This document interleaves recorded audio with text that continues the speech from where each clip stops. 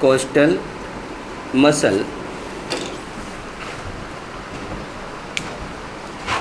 Intercostal muscle MUSCLE lift up, किसको lift up करेगी? Ribs and sternum lift up, या आप लिख सकते हो मूव्स इन अपवर्ड डायरेक्शन, बात वही है, lift up ribs and sternum लिख लिया। सो इसलिए क्या होगा? डोर्सो वेंट्रल लिख दें इसको,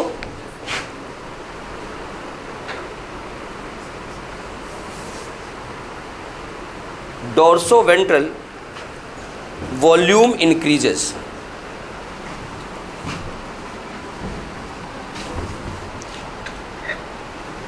dorsoventral volume increases. Now pulmonary pressure decreases. अब क्या होगा? पल्मोनरी प्रेशर, लंग के अंदर का प्रेशर डिक्रीज कर जाएगा। और ऊपर मेंशन हो गया है कि पल्मोनरी प्रेशर डिक्रीज होने पर बाहर से हवा अंदर की ओर आ जाएगी। इतनी बात होगी, लिख लिया।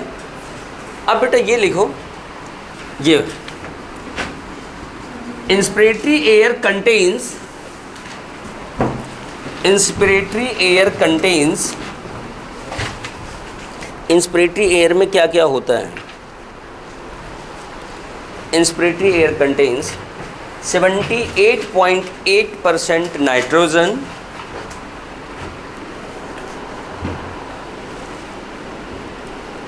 21% ऑक्सीजन, 0.03%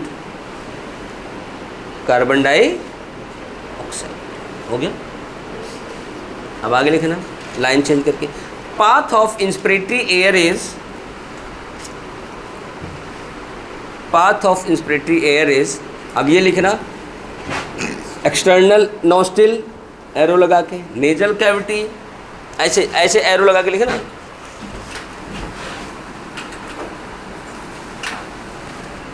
नेजल कैविटी, फिर एरो लगा के फेरिंग्स। क्या हुआ बेटा?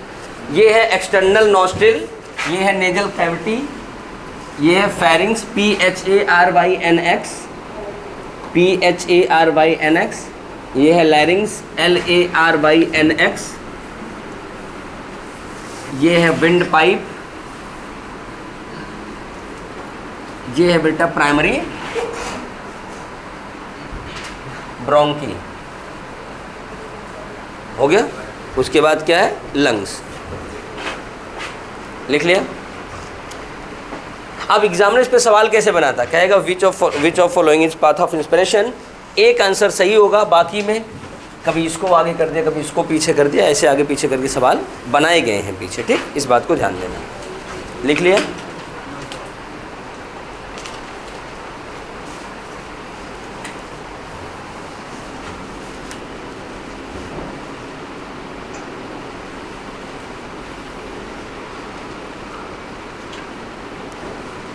अब अगली हेडिंग बनाना एक्सपिरेशन, इसी में B.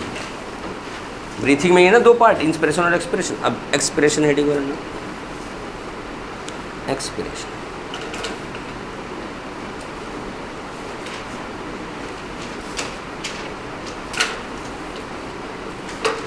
Release of air, release of air from lungs to outside, release of air from lungs to outside.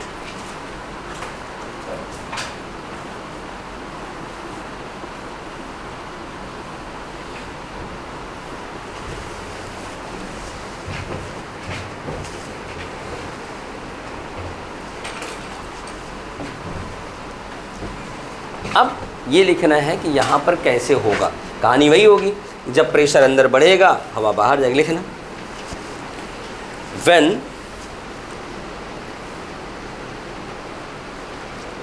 volume of thoracic cage या thoracic cavity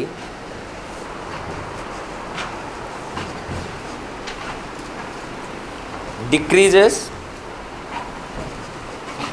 and pulmonary pressure increases and pulmonary pressure increases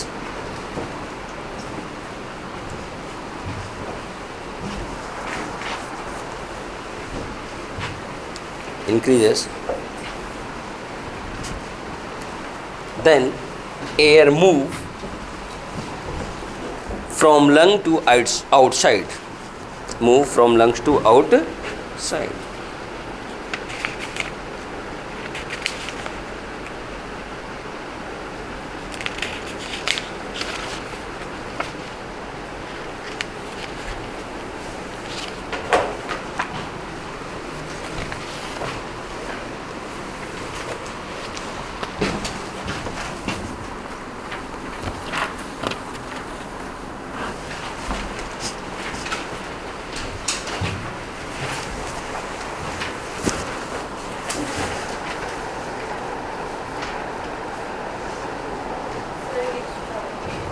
उधर दे दो, हो गया।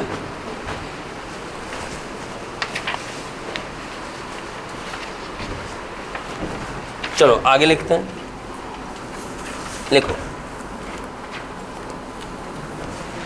देखो, during expiration, during expiration diaphragm, अब क्या होगा देखो, पहले आपने क्या किया था, कॉन्ट्रैक्ट एंड फ्लैट, अब क्या करोगे, रिलैक्स एंड डोम शेप। लिखो डायफ्राम बिकम, नहीं, diaphragm get relax and become dome shape, और क्या हो जाएगा, डोम शेप हो जाएगा। DOME डोम, गुंबद जैसा ऐसे उठ गया ना, dome shape. DOME SHAPE dome shape. now NOW, now anterior posterior volume ANTERIO POSTERIOR VOLUME, posterior volume, anterior posterior volume decreases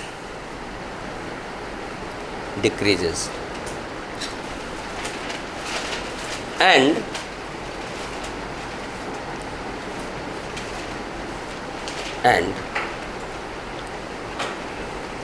sternum and ribs retain original position. Sternum, STERNUM, sternum and ribs retain original position, अपने actual location पे आ जाएंगे। Original position, हाँ RIBS, ribs retain original position. So dorso ventral volume decreases, क्योंकि उसी की वजह से बढ़ा था, ये लिखा है डॉर्सो वेंट्रल वॉल्यूम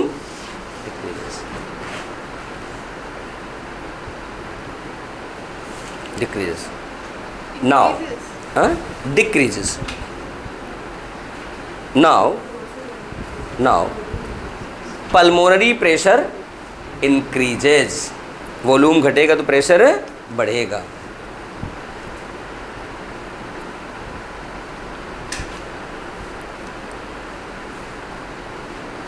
हो गया, पल्मोनरी प्रेशर इंक्रीजेज। ऊपर आपने मेंशन क्या किया कि प्रेशर बढ़ने से हवा बाहर जाती है, और प्रेशर कैसे बढ़ता है आपको बता दिया गया। चलो एक पॉइंट यहाँ और लिखाता हूँ, फिर आगे बढ़। अच्छा पहले लिखो, इधर लिखो, चलो लिखो।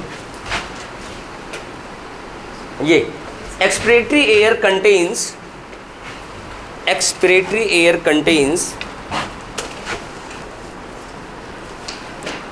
expiratory air contains 78.8% nitrogen, 16 to 17% oxygen, 16 to 17% oxygen and 4 to 5% CO2। ये नाइट्रोजन की वो परसेंटेज इंक्रीज कहाँ है, 78 है, ऊपर भी 78 है। तुमने पहले क्या लिखा था,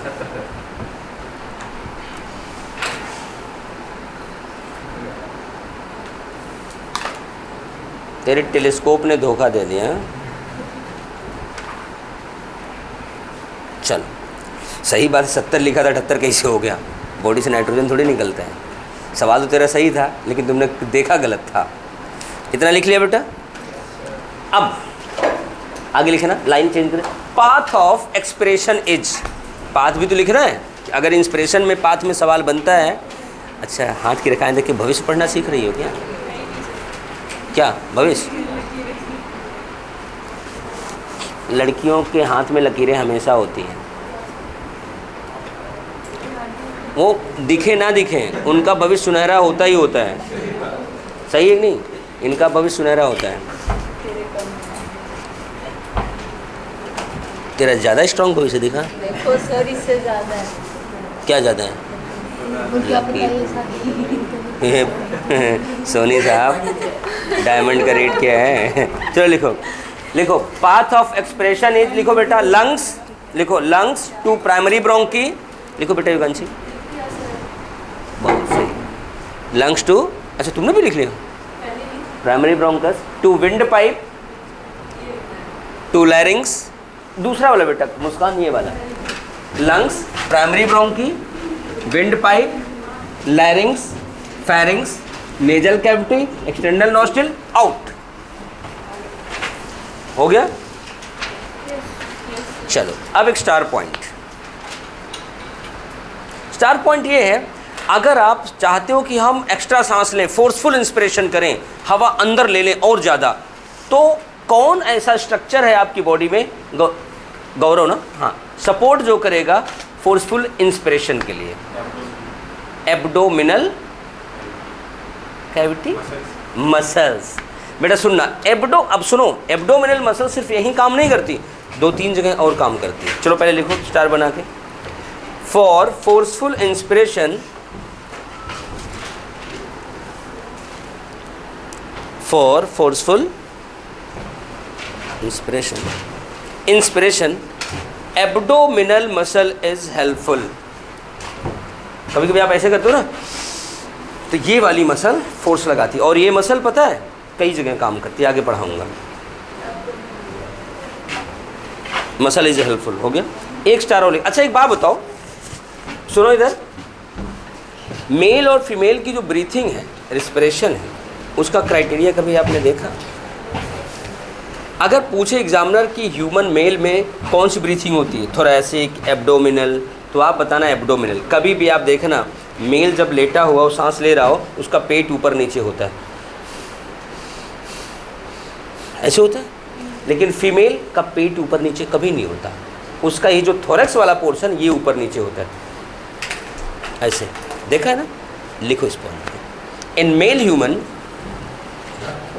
हाँ स्टार है, चमकता सवाल है। In male human abdominal breathing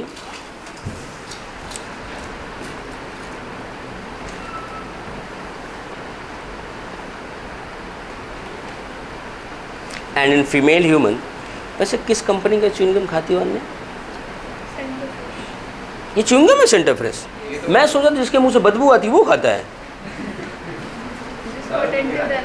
क्या होता है?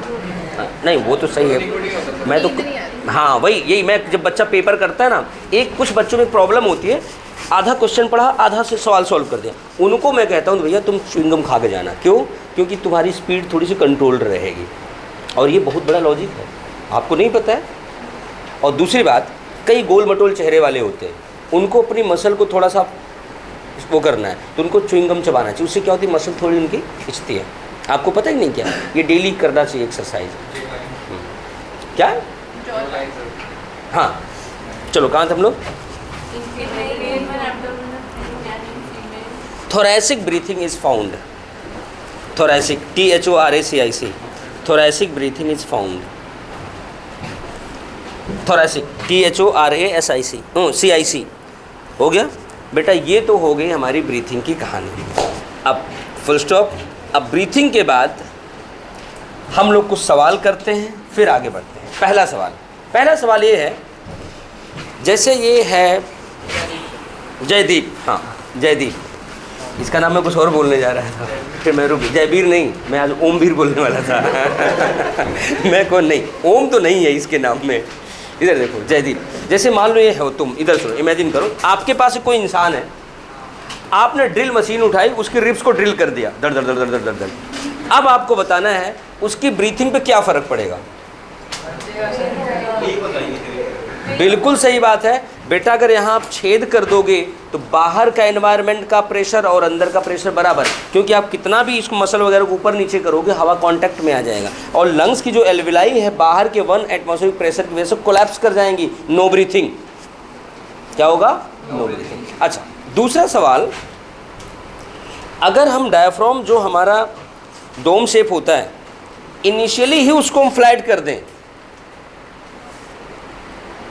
तो क्या ब्रीथिंग पॉसिबल है? क्यों? अच्छा, ब्रीथिंग पॉसिबल नहीं है तो इंस्पिरेशन और एक्सपिरेशन में कौन सा नहीं हो पाएगा? इंस्पिरेशन नहीं हो पाएगा।